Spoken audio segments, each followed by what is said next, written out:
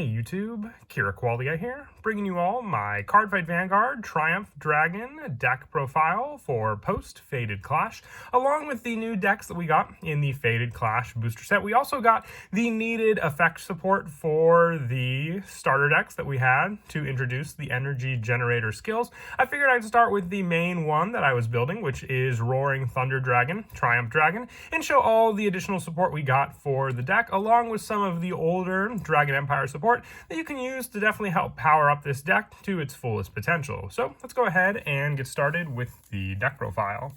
So to start off, as all decks now have to be comprised of the energy generator, we want the run energy generator. The starter is Heated Blade, our dart. When rode upon, if you went second, draw a card. And our grade 1 is Roaring Flame Beast, Karalor. When rode upon by Roaring Thunder Beast, Kyrenz, you can Energy Blast 2 and draw a card. So just making use of the energy generator quite quickly, being able just to get a draw off of the 2 energy that we'll have regardless of if we went second or first by this point when we ride the grade 2. And also with this card, we run the grade 2 Roaring Thunder Beast, Keatrons. When rode upon by a grade 3 with Triumph Dragon and its card name, you may call this card rear guard. If you do not call a card, you can energy charge 3. So it's either do you want to set up more energy charge to use for later on, or have a additional rear guard that you can save cards in your hand by having this card call out. And on the guard circle, if you have a grade 3 or greater with Triumph Dragon and its card name, it gets plus 10,000 shield, being a better interceptor as well, giving you a 15k guard against your opponent, with our main go-to grade 3 being Roaring Thunder Dragon, Triumph Dragon, along with the copy that we run in the ride deck. We also run 3 additional copies because Persona Riding is this card's main go-to power setup. With its Vanguard skill, once per turn, you can Counterblast 1, search your deck for up to 1 card with the same card name as this unit, reveal it, put it into your hand, and shuffle the deck, and this unit gets plus 10,000 till end of turn. So having the additional plus 10,000 kind of acts as an early on Persona Ride for your Vanguard alone, and when this unit attacks a Vanguard, you can Energy Blast 4, choose one of your opponent's rear guards, retire it, and this unit gets plus 5,000 in extra critical till end of battle. So having the option for an additional critical and plus 5 immediately as well, along with the added plus 10 pressure, can make for a pretty heavy hit attack against your opponent, and making them guard for a good amount if they don't have a Sentinel to already begin with. Our other grade 3 support is the 4 copies of the new grade 3 backup Straight Command Dragon. When it's placed on rearguard from hand, if you have a grade 3 or greater Vanguard with Triumph Dragon and its card name, Counterblast 1 and draw a card. So just more draw power for the deck as well. And on rearguard, when this unit attacks, you can Soul Blast 1 till the end of the battle. This unit gets plus 5,000. If a grade 3 or greater card with Triumph Dragon and its card name with Soul Blast for this cost, it gets critical plus 1 as well, which you can easily do with the Persona Ride option, having Triumph Dragon easily set up in your soul by next turn to use with your command dragon. And for the grade 2s, running 4 copies of Crushing Dragon, Spino Salter.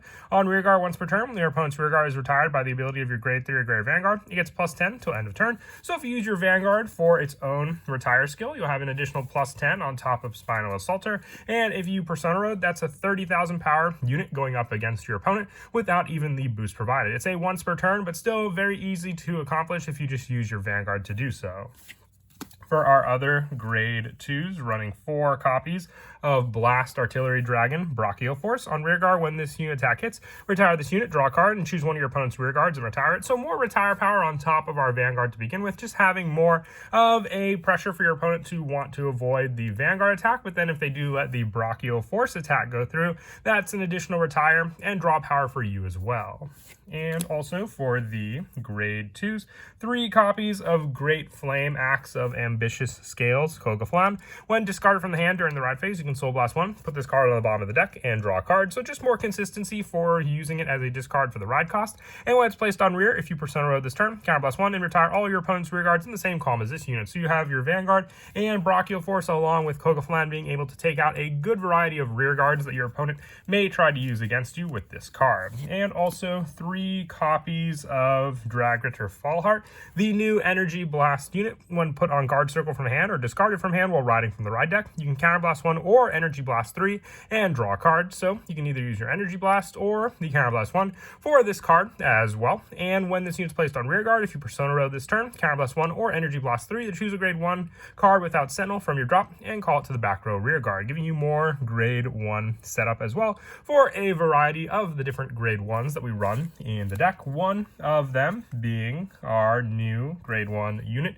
Dragritter Yumna. When this unit boosts, if your opponent has 2 or less rear guards, Counterblast 1 and Energy Blast 2 to draw a card, and this unit gets +5 until end of battle. So this one you do have to Counterblast 1 and Energy Blast 2, so a little bit more cost heavy, but it does have the additional draw power to make up for it, and one of the better cards, I would say, to call off of Fault Heart onto the field.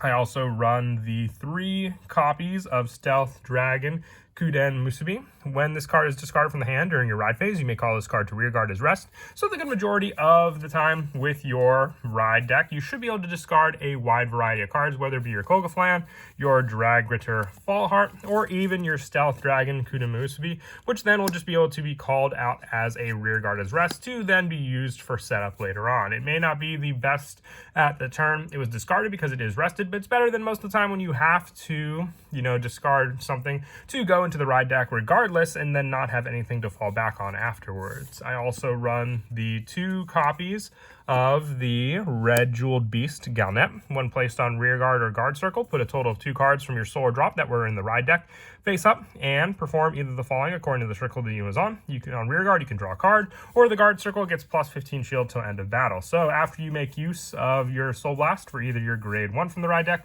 your starter, or your Keaton Rons after intercepting, you can then make use of the Galnet. Even the Soul Blasted Triumph Dragon from the drop zone, after using it for your command straight dragon, can help with this, and that's why we run the 2 options, so we always have the available ones to use. And then for our Sentinel lineup, running 4 copies of the new Guardian Monk of Raging Flames, Monju. You can run Elementaria Sanctitude if you want in this spot. Just take out 1 copy of this Sentinel to do so, just having the standard when placed on the guard circle. If your hand has 2 or more cards, choose a card from your hand, discard it. So not having to discard, being able to save the 1 of cards in your hand, like your grade 3 Persona Ride, to use later on.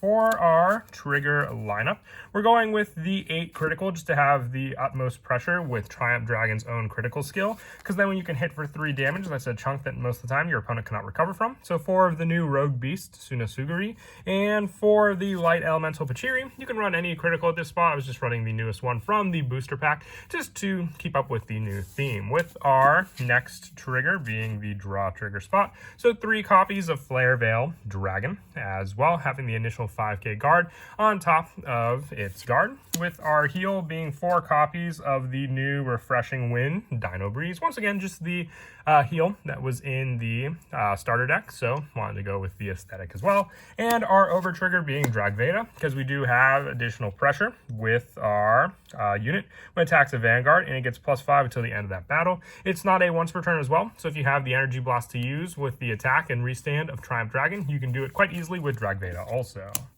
But that is it for the deck profile. I hope you'll enjoy it. Like I said, I wanted to do deck profiles on the starter decks as well with their added support. So if you have any requests for other starter decks and what you'd like to see at full power, definitely do let me know down in the comments below. And as always, until next time, please don't forget to leave a like and subscribe. And Kira Qualia out.